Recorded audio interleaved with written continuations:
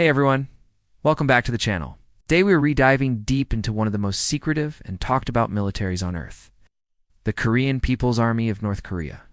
Join me as we unpack its size, doctrine, weapons, personnel, and the strategic risks it poses regionally and globally. First, a quick snapshot. North Korea maintains one of the largest standing militaries in the world, a force built for mass deterrence and regime survival. The leadership prioritizes military power as both a political shield and bargaining chip in international diplomacy. Active personnel numbers are often cited at around 1.2 to 1.3 million troops. With reserves and paramilitary forces swelling, that figures significantly. This massive manpower gives Pyongyang an ability to mobilize quickly in a peninsula-wide conflict scenario. That manpower is matched by vast quantities of conventional hardware, tanks, artillery, armored vehicles, and rockets, much of it older Soviet or Chinese-derived, some domestically modernized. Estimates suggest thousands of artillery systems and several thousand tanks, a fact that shapes South Korean and Allied defensive planning. Artillery is central to North Korea's conventional doctrine. Mass tube and rocket artillery positioned close to the demilitarized zone can deliver devastating fires on short notice. The combination of range, quantity, and hardened positions makes dismantling these batteries difficult in the first hours of any conflict. At sea, the Korean People's Navy is primarily coastal in character, but maintains one of the world's largest submarine fleets in numbers, if not in blue water capability. Submarines range from small midget subs suited for infiltration to older diesel-electric attack boats, useful for coastal defense and special operations infiltration. Air power is more limited. Older Soviet-era fighters and a modest helicopter fleet dominate the Air Force. With limited numbers of modern upgrade programs observed, North Korea's air defenses, however, include surface-to-air missiles and anti-aircraft artillery, tended to complicate any multi-domain attack and protect key assets. Perhaps the most strategically significant area is the DPRK's ballistic missile and nuclear programs, which have advanced rapidly over the last decade. Pyongyang has tested a growing variety of missiles, short, medium, intermediate, in intercontinental range systems, demonstrating new technologies like solid fuel and roadmobile launchers. These missile developments feed directly into the regime's nuclear posture. Estimates from multiple research institutes indicate North Korea has markedly expanded its fissile material stockpiles. SIPRI and other open-source assessments suggest the country may have produced fissile materials sufficient for dozens of warheads, possibly assembled a significant number already. That nuclear progress changes deterrence dynamics in Northeast Asia. It moves North Korea from a sub-regional threat toward a country with potential strategic reach. North Korea's declared doctrine mixes deterrence with coercion. Nuclear and missile demonstrations are used to pressure adversaries and signal regime resolve. Beyond strategic missiles, Pyongyang has invested heavily in shorter-range precision strike systems and unguided rocket artillery that complicate defenders' planning. The proliferation of solid-fuel, short-range ballistic missiles increases the survivability and responsiveness of its strike options, shortening warning times for targets. Conventional forces are supported by extensive fortifications, tunnels, and hardpoints, reflecting decades of planning for a high-intensity, peninsula-level conflict. Underground infrastructure provides survivability for command nodes, missile storage, and protection of critical assets from preemptive strikes. North Korea also fields significant special operations forces and light infantry units designed for infiltration, sabotage, and rapid attacks behind enemy lines. Those units are trained for asymmetric operations, leveraging terrain familiarity and surprise to counter technologically superior forces. Another increasingly prominent domain is cyber warfare. State-linked groups, such as Lazarus and other state cyber units, have carried out espionage, theft, and disruptive operations worldwide. Cyber operations both collect intelligence and generate revenue through theft and ransomware, funds that analysts say have helped pay for missile and nuclear programs. These non-kinetic capabilities multiply North Korea as strategic toolkit and present an outsized threat relative to the country's GDP and conventional technology base. Economics and sanctions have long constrained conventional modernization. Yet Pyongyang has prioritized asymmetric investments that yield high strategic return per dollar. Missiles, Nuclear weapons, cyber units, and special forces are cheaper yet highly coercive, allowing the regime to project power without matching Western conventional sophistication. Another dimension is procurement and foreign ties. Pyongyang has historically relied on clandestine procurement networks and outside partners to acquire critical components and technologies. Sanctions have disrupted supply chains, but open-source investigations show continued efforts to access dualist items and materials through third parties. Training and human capital remain a mixed bag. While frontline troops may face shortages in older equipment, elite units receive more resources and targeted modern training.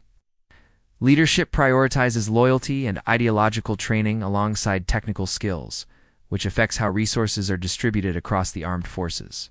Intelligence reporting indicates expanded testing ranges, manufacturing sites, and mobilization exercises, all signals of sustained investment in military capability.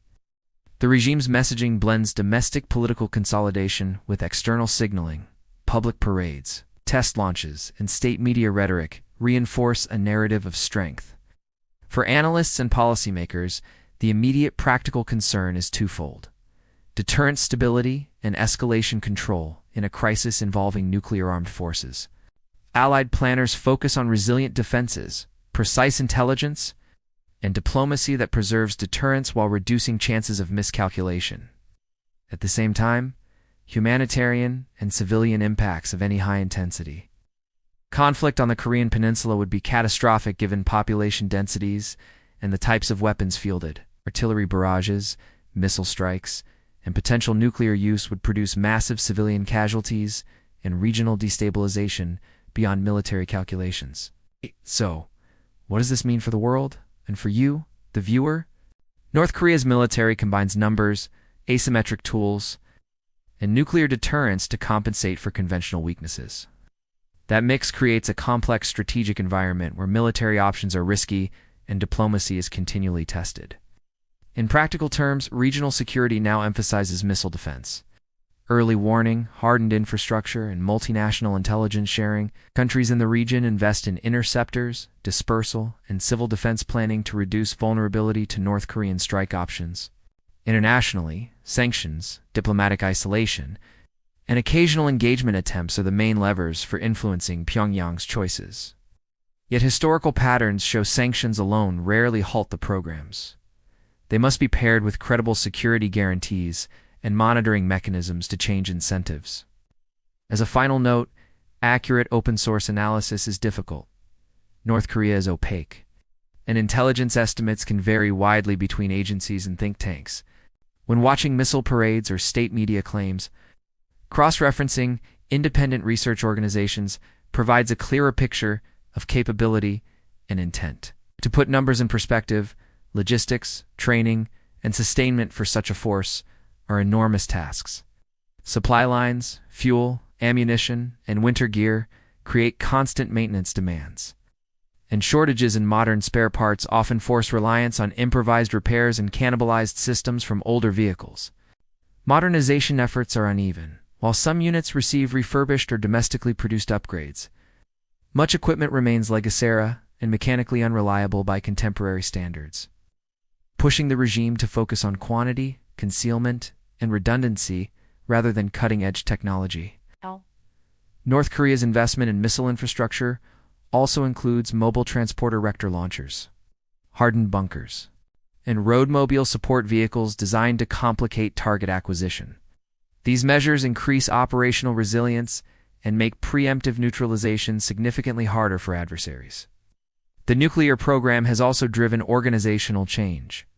Specialized units for warhead miniaturization, delivery integration, secure command and control have grown, reflecting a shift from experimental testing toward operationalization and potential deployment concepts. Alongside kinetic capabilities, Pyongyang has actively developed logistics for rapid mobilization, including railway stocks, fuel depots, and reserve storage. Decades of civil-military planning enable fast movement of troops and materiel despite infrastructure limitations. While much is secretive, open-source imagery and defector testimony show expanded testing ranges in industrial sites, indicating a sustained manufacturing capacity and an ecosystem that supports prolonged weapons development and iterative testing cycles. Regional military planners now routinely model scenarios that mix conventional barrage, missile saturation, and limited nuclear use to assess escalation paths. These models emphasize the need for robust civil defense, evacuation planning, and rapid humanitarian response coordination. Finally, the human side of deterrence matters.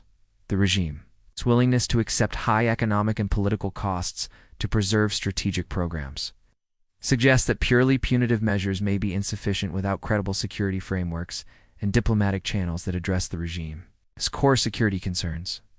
In the diplomatic arena, states balance sanctions with engagement. Some policymakers argue that targeted carrots, like humanitarian aid combined with strict verification, could create openings for transparency, while others warn engagement without stringent monitoring risks enabling further weapons progress.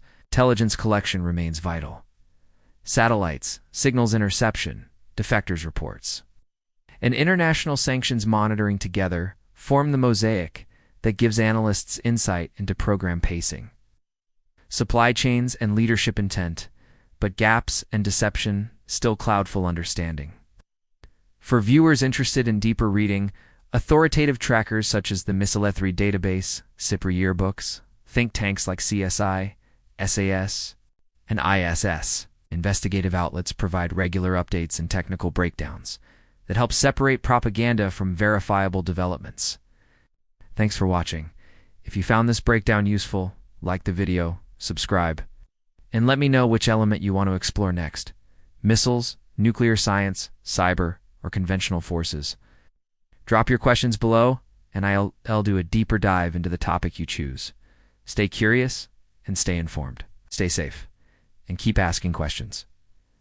Knowledge is power in uncertain times. If you want the sources I use for this video, I'll pin a short sourced reading list in the description so you can verify claims and explore technical diagrams, open source imagery, and timeline summaries for yourself. Thank you all.